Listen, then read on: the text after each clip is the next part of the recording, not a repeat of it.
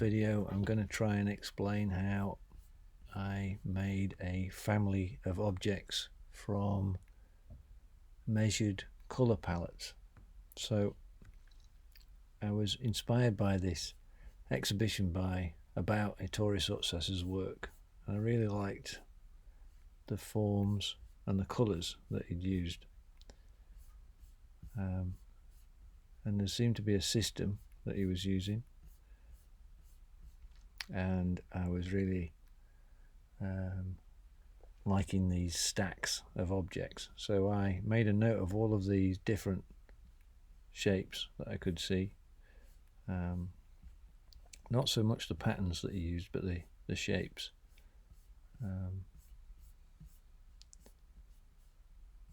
These teapots are great.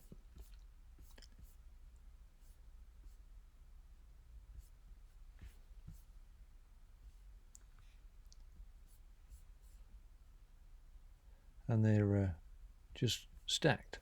They're just stacked. So I thought this was a really nice little project.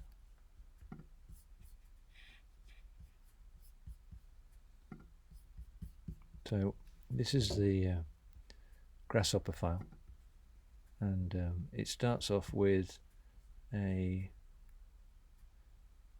collection of curves, and each one of these is a cross section of one of the stacked items. And I just added this little thing here so you could see all of the ones that I made.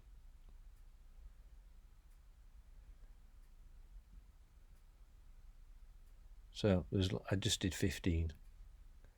I could have done a lot more, but you might notice that this point here, the little green cross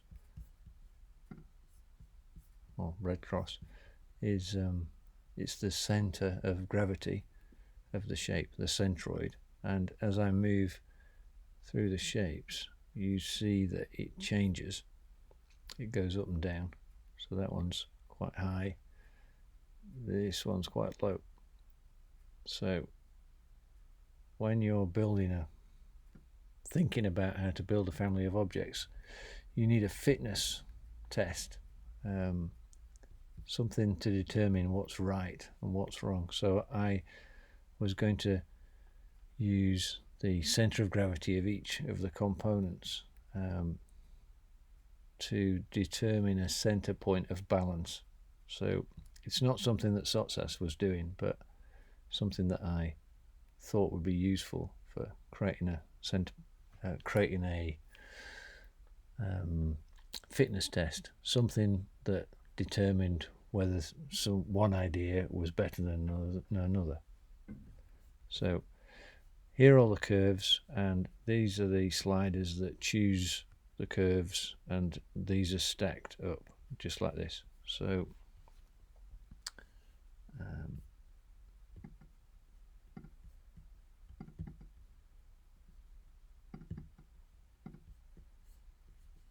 if I turn on the preview, here, you can see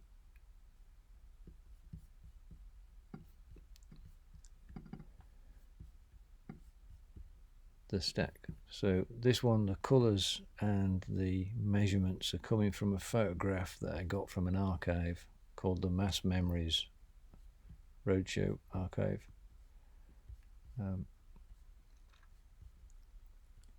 So these are the stacks. So if it's actually sort of upside down, but this is the base that I'm changing. This is the second one up, and each one of these has got a different center of gravity. So we'll get to that in a minute. But so the evolutionary solver is able to choose the value on these sliders, and that determines the stack.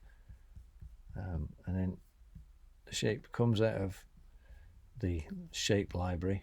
It is selected by the sliders here, and then they're added up the well, actually these are scaled up to suit the sizes, the measurements from the photograph palette.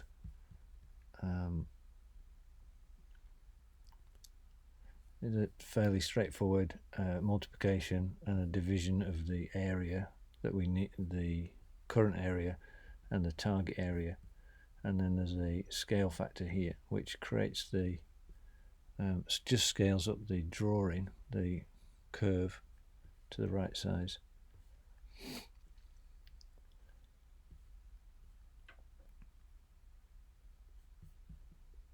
And then this little strip of components works out the size after scaling, and then adds all of that up and creates a list of the components and stacks them up. So does a quick calculation of the size and then stacks them all up by just moving them. This here just creates the center line, and then this is a slightly funny thing, but I just added a hole for the middle, so I can just make this bigger or smaller. I've just done 16, so it gives a hole down the middle of 32, I think, so because that gets doubled.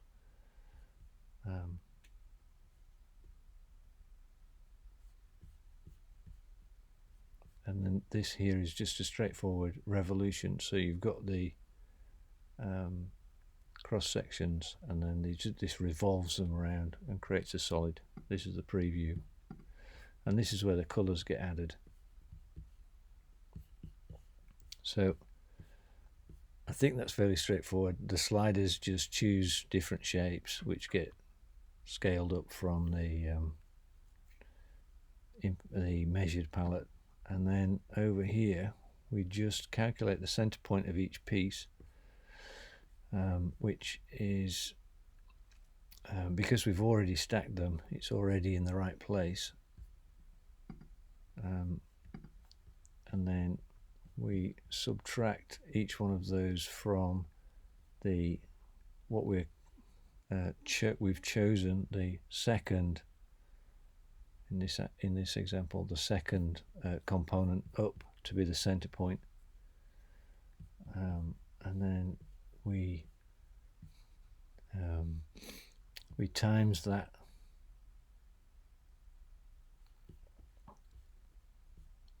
that location by the area, which gives us a force of momentum either side of the component that we chose as a center, and that gives us a result which could be positive or negative, so I've put an absolute component in there. Currently it's a very small amount, so it's actually, or is that a very big amount? We're not using that little bit there. There's a couple of stray bits of components that we're not using, so we could just I think that's fairly straightforward. We just run the component, check that it's for minimize, and then we turn on the viewer so we can see what's happening, and we start the solver. So it's just randomly choosing components, checking whether they're balanced or not, and then working out which solutions are better than others, and then using the best solutions to create children to try out next. So we can just take a break and then come back to see what the result is.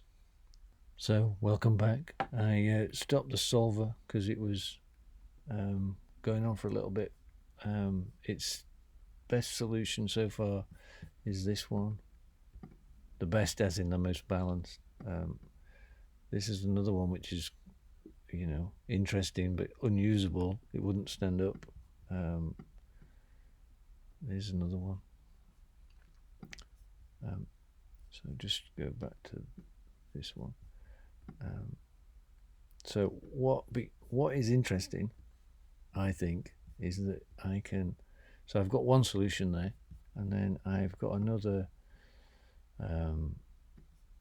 set of data. This is from a Post Malone video.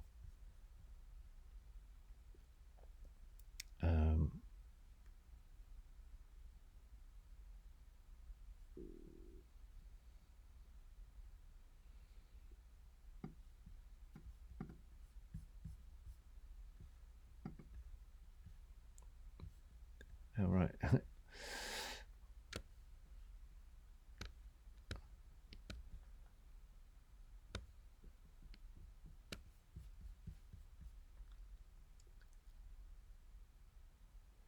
This is from a Post Malone video, and it has just got a different size data, and we've also got different color data.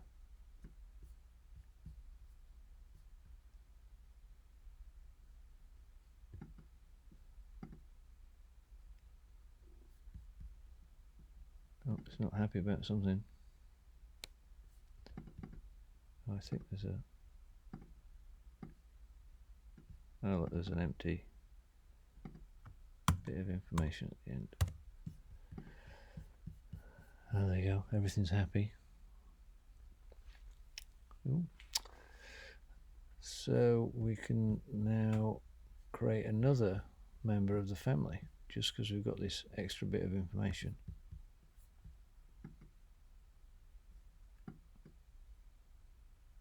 Oh, right, okay, that was just set wrong. This has also got an empty thing at the bottom.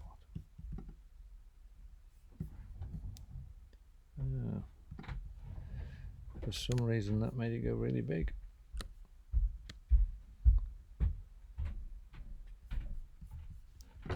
Anyway, slightly messy transition to another family member, but we can now check that that's minimum, solver, turn on the thing so we can see what's going on, and then start the solver again. So I suppose I'll take another break and we can get back to it in a minute when it's finished. Yeah, stop the solver again, and this is the best solution that it's got at the moment, which I really like. It's kind of a little bit crazy, but hopefully you can see that you can, once you've created a Grasshopper object creation system that's powered by measured color palettes, you can easily create a new member of the family, and we could keep doing this like 100 times and we'd get an interesting result each time.